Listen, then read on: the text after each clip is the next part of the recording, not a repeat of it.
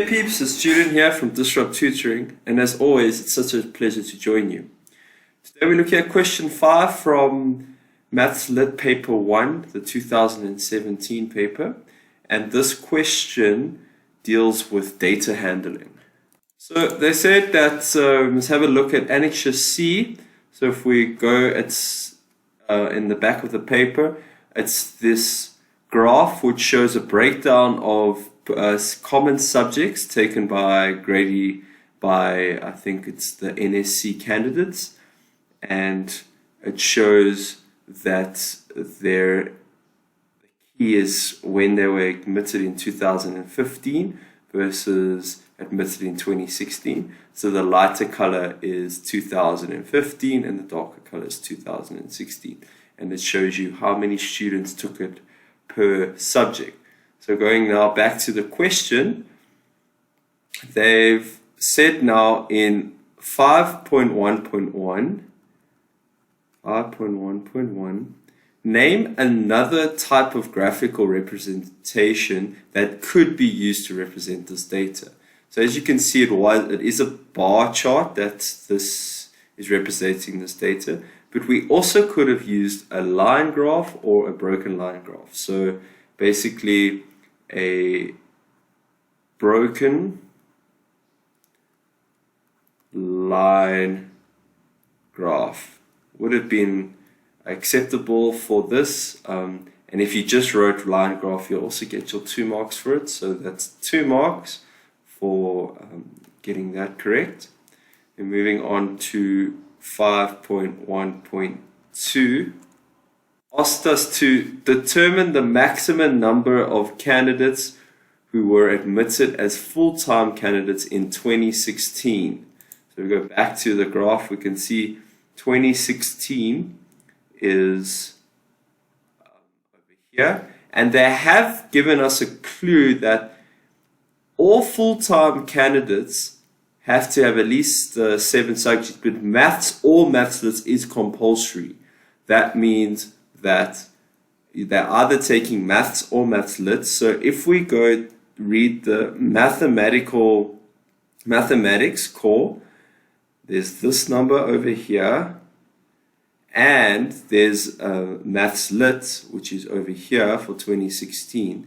So if we add those 2 numbers together, that will give us our total, because remember, every student has to take maths or maths lit. So if we add those 2 numbers together, that's going to give us our total. So going back to the question, so that number there was for maths lit was, let's see, it was 389,000. So 389,000, and then I would think it was 615 plus this 787, 615, so plus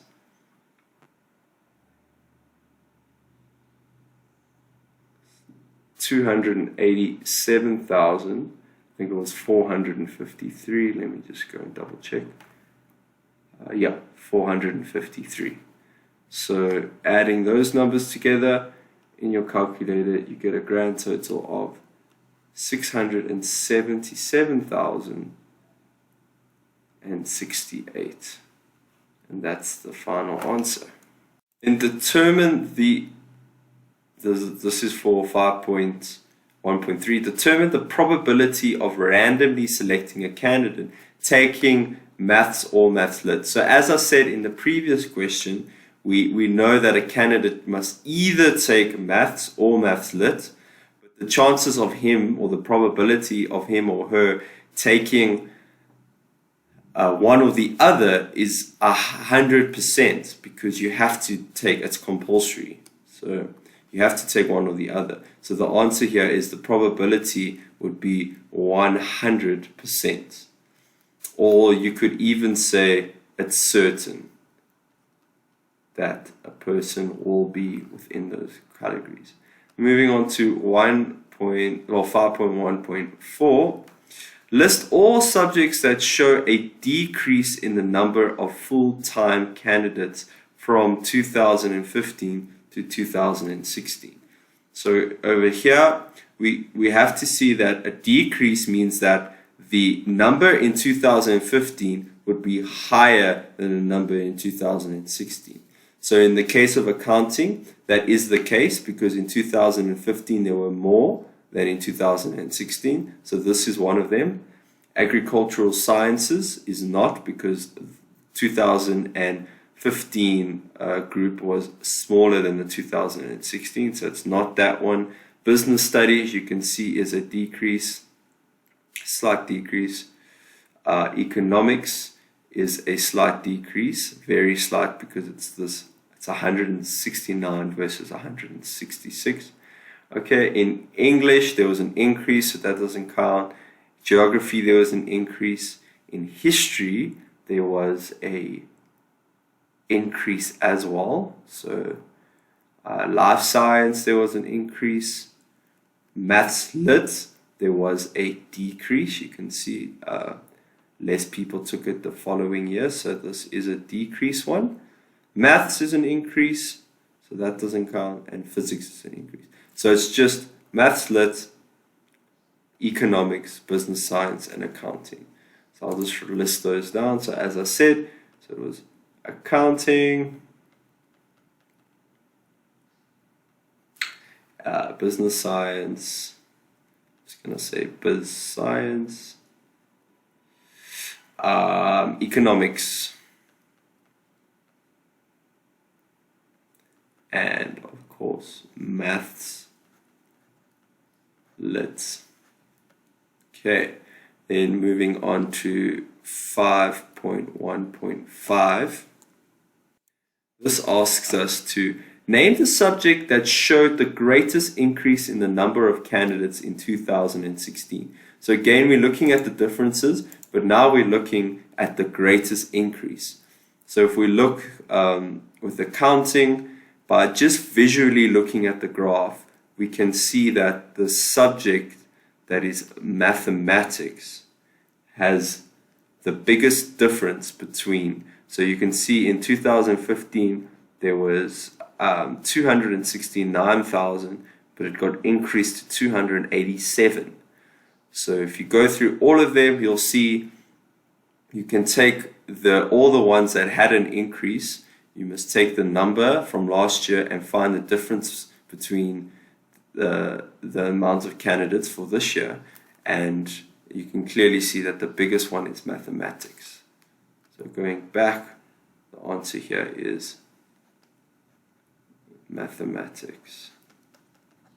Okay, then on to 5.1.6. Explain why this is called a categorical graph. Categorical data. So the answer here is that the data of one variable, which is the amount of candidates, that's the one variable, has now been subdivided or grouped into subjects. So that's why we've created categories. So the answer here is the data of one variable. So this one variable was, of course, the number of candidates of one variable, is grouped, or you can even say subdivided into subjects. Okay.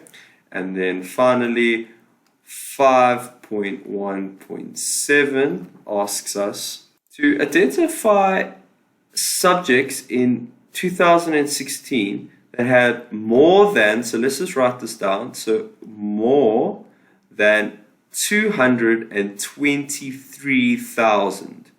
So it's good to just write it down so we can see it visually, but less than 274,000. So 274,000.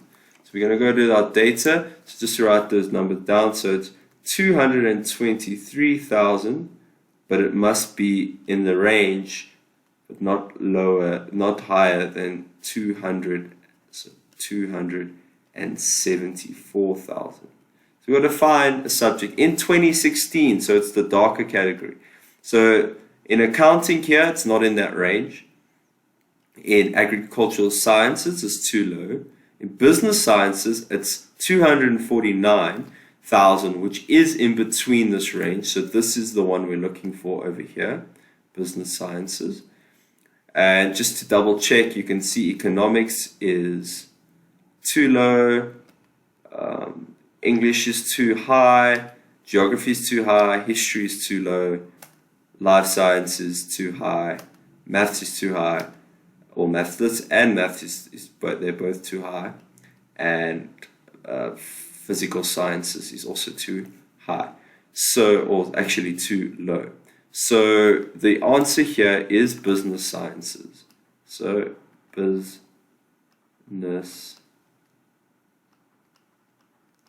sciences. That's the answer. That concludes that question. Before I go, I'd just like to give a special thank you to our epic sponsors for making this video possible. You can read all about them in the description below.